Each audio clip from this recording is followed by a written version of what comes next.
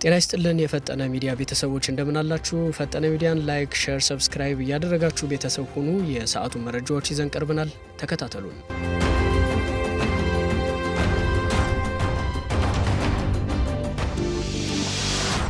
ኢትዮጵያ ኤርትራና ህወሓት ሊወሩኝ ነው አለች። የኢትዮጵያ ውጭ ጉዳይ ሚኒስቴር ለተባበሩት ድርጅት ደብዳቤ ልኳል። በኦርቶዶክስ ተዋሕዶ ቤተክርስቲያን ላይ የጥላቻ ንግግር በግል የማህበራዊ ገጽ ላይ ሲለጥፍ የቆየው ግለሰብ በእስር ተቀጣ።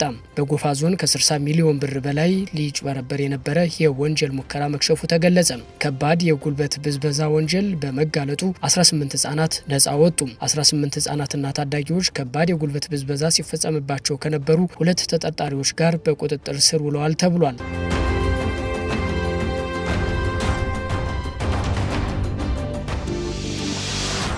ኢትዮጵያ ኤርትራና ህወሓት ጦርነት ሊከፍቱብኝ በቅንጅት እየሰሩ ነው ስትል ከሰሰች። የኢትዮጵያ ውጭ ጉዳይ ሚኒስቴር የኤርትራ መንግስትና ህወሓት ጽምዶ በተሰኘ አዲስ ጥምረት ኢትዮጵያን ለመውጋት እየሰሩ ነው ብሏል። ከውጭ ጉዳይ ሚኒስቴር የተገኘው መረጃ እንደሚያመላክተው የተባበሩት መንግስታት ድርጅት ዋና ጸሐፊ ለሆኑት አንቶኒዮ ጉተሬዝ መስከረም 22 ቀን 2018 በተጻፈ ደብዳቤ በኤርትራ መንግስትና በህወሓት አንጃ መካከል ያለው ቅንጅት ባለፉት ጥቂት ወራት ይበልጥ ግልጽ ሆኗል ሲል ይገልጻል።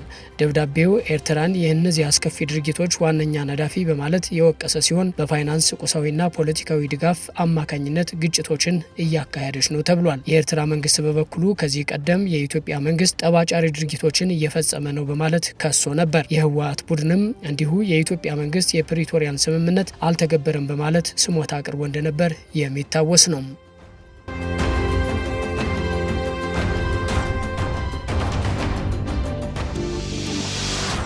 የሃይማኖት የጥላቻ ንግግር በግል የማህበራዊ ገጽ ላይ ሲለጥፍ የቆየው ግለሰብ በእስር ተቀጣም። የኢሉባቡር ዞን ሁሩሙ ወረዳ ፍርድ ቤት በግል የማህበራዊ ሚዲያ ገጾቹ ላይ የኦርቶዶክስ ተዋሕዶ ሃይማኖትን በሚመለከት የጥላቻ ንግግርና የሐሰት መረጃዎችን ሲያሰራጭ በነበረ ግለሰብ ላይ የ1 ዓመት ከ6 ወር እስራት ወስኗል። የተከሳሹ የማህበራዊ ሚዲያ ጥፋት ዝርዝር እንደሚከተለው ቀርቧል። ተከሳሹ ተስፋ ሚካኤል ወንድሙ ተኪሌ የተባለ ሲሆን በሁሩሙ ወረዳ 01 ቀበሌ ነዋሪ ነው። ተከሳሹ ከሰኔ 2017 ዓ.ም ጀምሮ እስከ መስከረም 2018 ዓ.ም ድረስ ባሉት ወራት ዲያቆን ተስፋ ሚካኤል ዘክርስቶስ እና ተስፉ ጄኤስ በተሰኙ የፌስቡክ የግል ገጾቹ ላይ የተለያዩ የጥላቻ ድርጊቶችንና ጽሁፎችን ሲያሰራጭ መቆየቱ በፍርድ ቤት ተረጋግጧል። ከነዚህም መካከል አንደኛ በእመቤታችን ቅድስት ድንግል ማርያም ስዕል ላይ የኤክስ ምልክት በማድረግ፣ ሁለተኛ የቅድስት ክርስቶስ ሰምራ ስዕል ላይ የውሻ ምስል አያይዞ አቡነ ቡቼ የሚል ጽሁፍ በመለጠፍ፣ ሶስተኛ በቀረጻ ላይ የእመቤታችንን ስዕል በመጣል ስለ አቡነ ተክለ ሃይማኖትና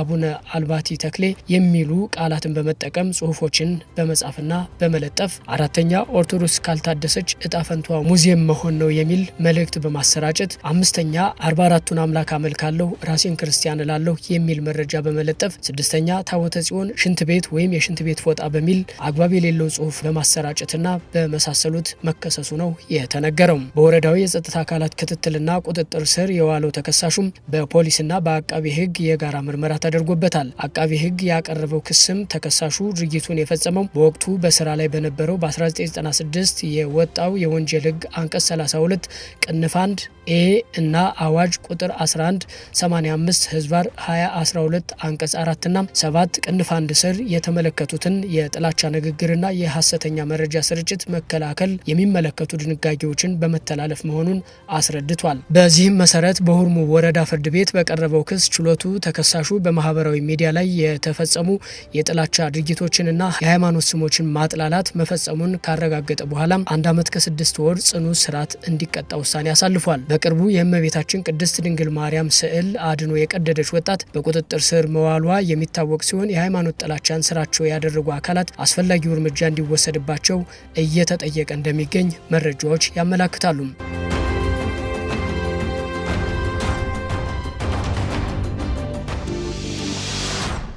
በጎፋ ዞን አደጋ ስጋት አካውንት ከ60 ሚሊዮን ብር በላይ ለማጭበርበር የተደረገ የወንጀል ሙከራ መክሸፉን የዞኑ መንግስት ኮሚኒኬሽን በሰጠው መግለጫ አስታወቀም። በጎፋ ዞን ገዜ ጎፋ ወረዳ ኬንቾ ሻቻ ጎዝዲ ቀበሌ ሐምሌ 15 2016 ዓ.ም በተከሰተው እጅግ አስከፊ በሆነው የመሬት መንሸራተት አደጋ በመቶዎች የሚቆጠሩ ወገኖች ህይወታቸው ማለፉ ይታወሳል። በዚህ ምክንያት ከሀገር ውስጥና ከሀገር ውጭ ያሉ ወገኖቻችን እንዲሁም የተለያዩ አካላትና መንግስታት በአይነትና በገንዘብ ድጋፍ ማድረጋቸውን መረጃው ይጠቁማል። ነገር ግን በተቃራኒው የሀገር ውስጥና የዓለም አቀፍ ማህበረሰብ ለተጎጂ ህብረተሰብ ክፍሎች የለገሱትን ድጋፍ ግለሰቦች ለግላቸው ሊያውሉት ሞክረው እንዳልተሳካላቸው ነው የተነገረው። በአደጋው ለተጎዱ ህብረተሰብ ክፍሎች ከመጣው ገንዘብ ላይ 60,276,383 ቀደም ሲል ተሰርቶ ቮይድ በተደረገ ቼክ ቁጥር 42221123 አስመስለው በማሳተም ገንዘቡን ለመዝረፍ ካመቻቹ በኋላ ከአዲስ አበባ ንግድ ባንክ ሸገር ቅርንጫፍ ለጎፋ ዞን አስተዳደር በተደረገው ጥቆማ ከአዲስ አበባና ክልል ፖሊስ ጋር በመተባበር ገንዘቡ ሳይወጣ ተጠርጣሪዎቹ በቁጥጥር ስር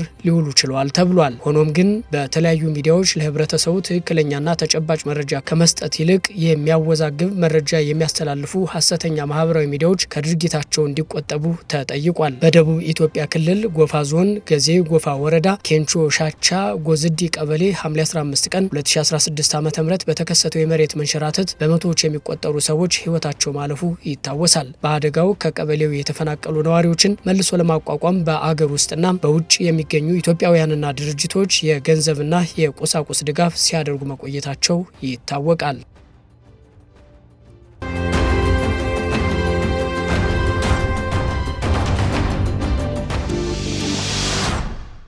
ከባድ የጉልበት ብዝበዛ ወንጀል በመጋለጡ 18 ህጻናት ነጻ ወጡ። ወንጀሉ የተጋለጠው በአዲስ አበባ ከተማ ክፍለ ከተማ ወረዳ 5 ቤም ሆቴል አካባቢ ነው። አንድ የ7 ዓመት ታዳጊ በመንገድ ላይ እያለቀሰ ሳለም ፖሊስ ለምን እንደሚያለቅስ ሲጠይቀው ለስራ የተሰጠው ሚዛን እንደጠፋበትና አሰሪዎቹ ቤት እንደማያስገቡት በመናገሩ ነው። ይህንኑ መረጃ ተከትሎ የአዲስ አበባ ከተማ ፖሊስ ባደረገው ፈጣን ክትትል ወንጀሉ በኮልፌ ቀራኒዮ ክፍለ ከተማ ወረዳ 1 ቻይና ካምፕ አካባቢ በሚገኝ አንድ መኖሪያ ቤት ውስጥ ተደረሰም። በቁጥጥር ስር የዋሉት 18 ህጻናትና ታዳጊዎች እድሜያቸው ከ7 እስከ 13 ዓመት መካከል ነው። ተጠርጣሪዎቹ እነዚህን ህጻናት እናስተምራለን በሚል ሽፋን ከክልል ከቤተሰቦቻቸው ወስደው ያመጣሉ። ቆሎ፣ ሶፍትና ሚዛን በመሸጥ እንዲሰሩ ያደርጋሉ። ከእያንዳንዳቸው በቀን ከ150 እስከ 300 ብር ገቢ እንዲያስገቡ ያስገድዳሉ። የወንጀል አፈጻጸሞችን እንደ የመኪና ስፖኪዮ፣ መስታወት መንቀል የመሳሰሉ ድርጊቶችን ጭምር ያስተምሯቸው እንደነበር የምርመራ መዝገቡ ያመላክታል። ፖሊስ በሁለቱ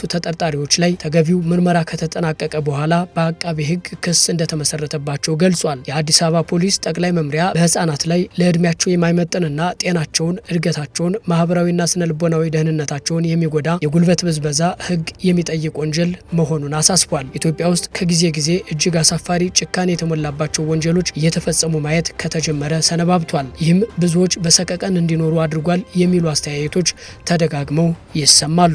ውድ የፈጠነ ሚዲያ ቤተሰቦች የዛሬው የፈጠነ ሚዲያ መረጃዎች የተመለከታችኋቸውን ይመስሉ ነበረ። በሌላ መረጃ ተመልሰን እንገናኛለን። በያለንበት ቸርን ሰንብት።